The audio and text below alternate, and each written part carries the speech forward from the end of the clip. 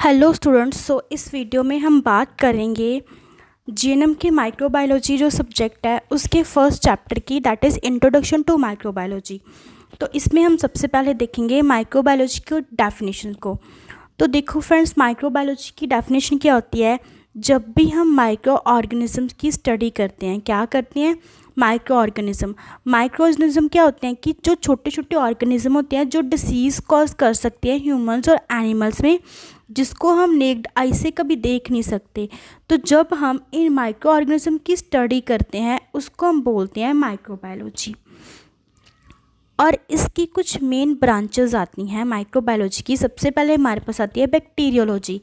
जब हम बैक्टीरिया की स्टडी करते हैं तो उसको हम बोलते हैं बैक्टीरियोलॉजी। जब हम वायरस की स्टडी करते हैं तो उसको हम बोलते हैं वायरोलॉजी।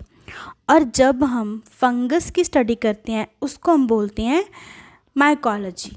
जब हम पैरासाइट्स की स्टडी करते हैं उसको हम बोलते हैं पैरासिटोलॉजी। तो ये कुछ ब्रांचेस हैं हमारी माइक्रोबायोलॉजी की। उसके बाद इसके कुछ हिस्टोरिकल एस्पेक्ट्स आते हैं। सबसे पहले हमारे पास आता है रॉबर्ट हुक। रॉबर्ट हुक क्या था, जिसने हमें सेल थ्योरी दी थी।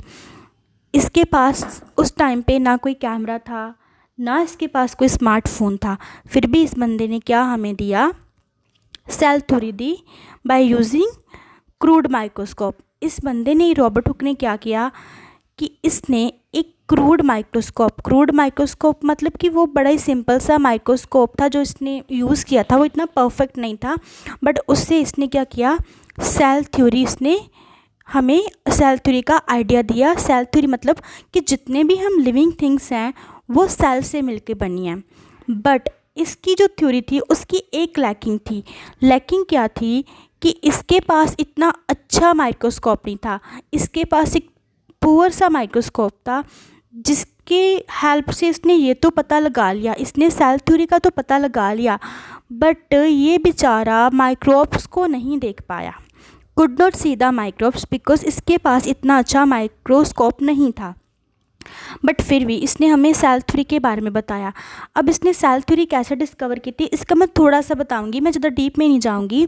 तो इसने क्या किया, इसने एक, जैसे सपोज ये पेड़ है हमारे पास, देखिए इसने जो पेड़ की बाहर वाली लेयर होती है ना, वो लकड़ी को यूज़ किया और इसने अपने, सपोज ये लकड़ी को इसने यूज़ किया और इसने माइक्रोस्कोप को नीचे इस लकड़ी को रखा। तो इसने क्या देखा, छोटी छोटी कंपार्टमेंट्स ऐसे इसने देखी उस लकड़ी में।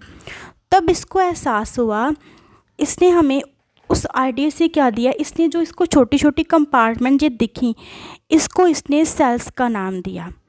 और वहाँ से इसको ये आइडिया मिला कि जितने भी लिविंग थिंग्स हैं वो सेल से मिलके बने हुए हैं, जो इसकी थ्योरी वर्क में। बट इसकी पुअर माइक्रोस्कोप की वजह से ये अनफॉर्चुनेटली माइक्रोब्स को नहीं देख पाया। बट इसके बाद एक एंटोनी वैन ल्यूवेनहुक आया। इस बंदे ने क्या किया, इसने माइक्रो ऑर्गेनिज्म को देखा।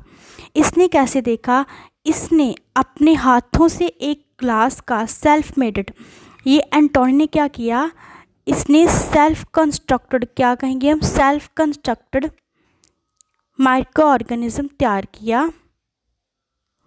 यहाँ पे ये सेल्फ कंस्ट्रक्टेड माइक्रोस्कोप इसने तैयार किया, अपने हाथों से खुद सेल्फ मेड माइक्रोस्कोप बनाया और उसकी हेल्प से इसने माइक्रो ऑर्गेनिज्म को ऑब्जर्व्ड किया।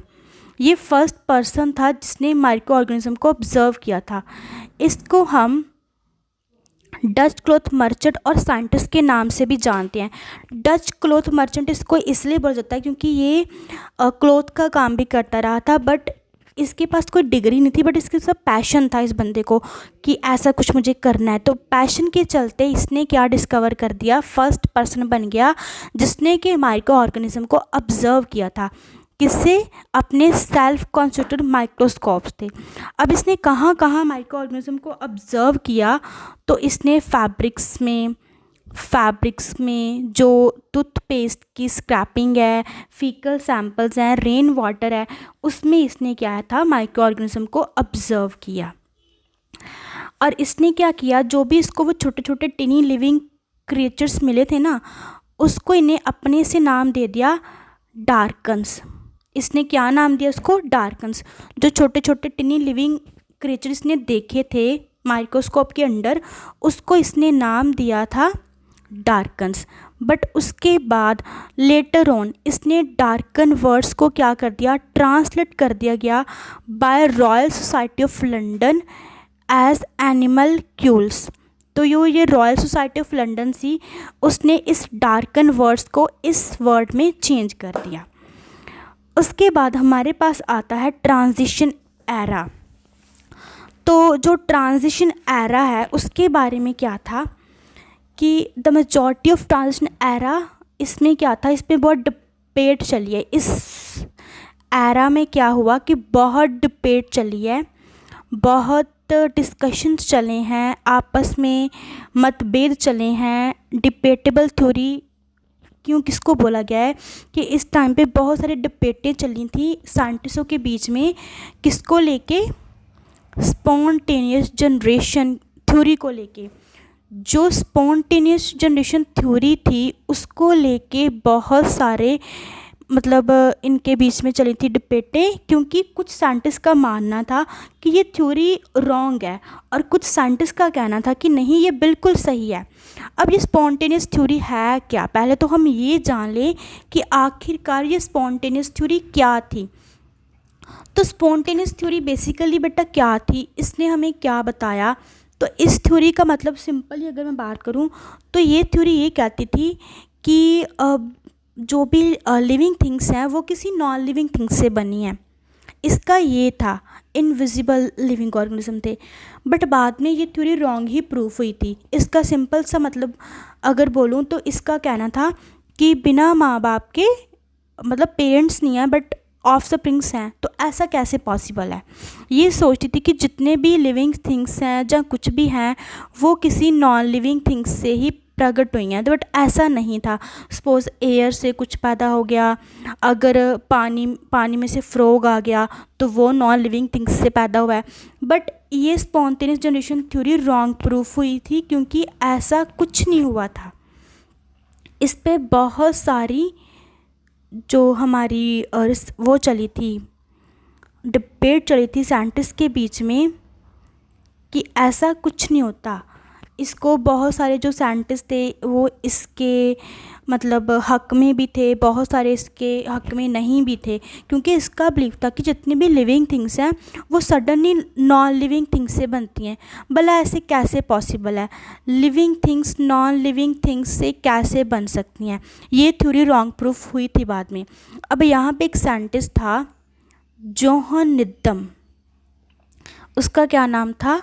जोहन निदम, जो कि स्पोर्टर था, मतलब वो स्पॉन्टेनियस जनरेशन थ्योरी के स्पोर्ट में था। उसको था कि हाँ भाई ये ठीक बात है कि living things non living things से पैदा होती हैं, उसका ये मानना था। बट उसका ये मानना गलत प्रूफ हो गया था, ये बात सही नहीं थी। जैसे जैसे आगे डिस्कवरी हुई तो ये क्या करता था, ये हमेशा ट्राई करता रहता था अपने आप को सही प्रूफ करने की। कुछ इसने डेमोस्ट्रेशन करे और बताया कि नहीं ये सही है, मतलब ये बस इसी में लगा रहता था कि मुझे अपनी बात को प्रूव करना है। बट इसकी वो बात प्रूव नहीं हो पाई। उसके बाद एक हमारे पास साइंटिस्ट आता है जो था लजारो स्पेलिंजन।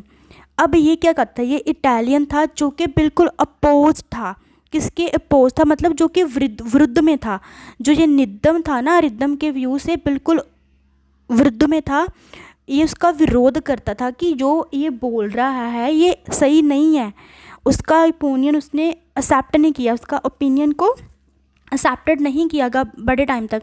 मतलब इसने बहुत सारी कोशिशें की बट इस बेचारे को कोई इसकी बात नहीं मानता था। जो ये वाला था ना लजारू का जो भी कोई मतलब कि इसके जो ओपिनियन को था ना एक्सेप्ट नहीं करता था काफ़ी टाइम तक। बट लेटर ऑन क्या हुआ, जैसे ही गोल्डन एरा आया ना माइक्रोबायोलॉजी का, तो गोल्डन एरा की बिगनिंग में जो स्पॉन्टेनियस थ्योरी थी फाइनली क्या हुआ, वो रॉन्ग प्रूफ होगी। ये मान लिया गया कि सच में ही जो स्पॉन्टेनियस जनरेशन थ्योरी है वो रॉन्ग है। ऐसा कभी नहीं होता कि जो लिविंग थिंग्स हैं वो किसी नॉन लिविंग थिंग से पैदा होती हैं। तो इस थ्योरी को वहीं पे रॉन्ग प्रूफ कर दिया गया और लजारो की जो था उसने अपनी बात सबको समझा दी। उसके बाद आता है हमारा गोल्डन एरा। गोल्डन एरे में हम देखेंगे क्या कुछ हुआ है। तो गोल्डन एरे में बहुत कुछ हुआ है जिसके बारे में हम बात करेंगे कल की वीडियो में, क्योंकि ऐसे ये वीडियो बहुत लंबी हो जाएगी। तो हम इसको 2 पार्ट्स में ये चैप्टर को कवर करेंगे। जो हमारा फर्स्ट चैप्टर है introduction to microbiology, golden era के बारे में हम कल बात करेंगे। तब तक आप इसको अच्छे से समझो, और आपको कोई भी डाउट लगता है तो आप कमेंट बॉक्स में पूछ सकते हैं। और thank you for watching this video. और अगर आप चैनल पे पहली बार विज़िट कर रहे हो, ऐसा आपको कंटेंट मिलता रहेगा फ्यूचर में, तो इसको चैनल को ज़रूर सब्सक्राइब करें। Thank you for watching.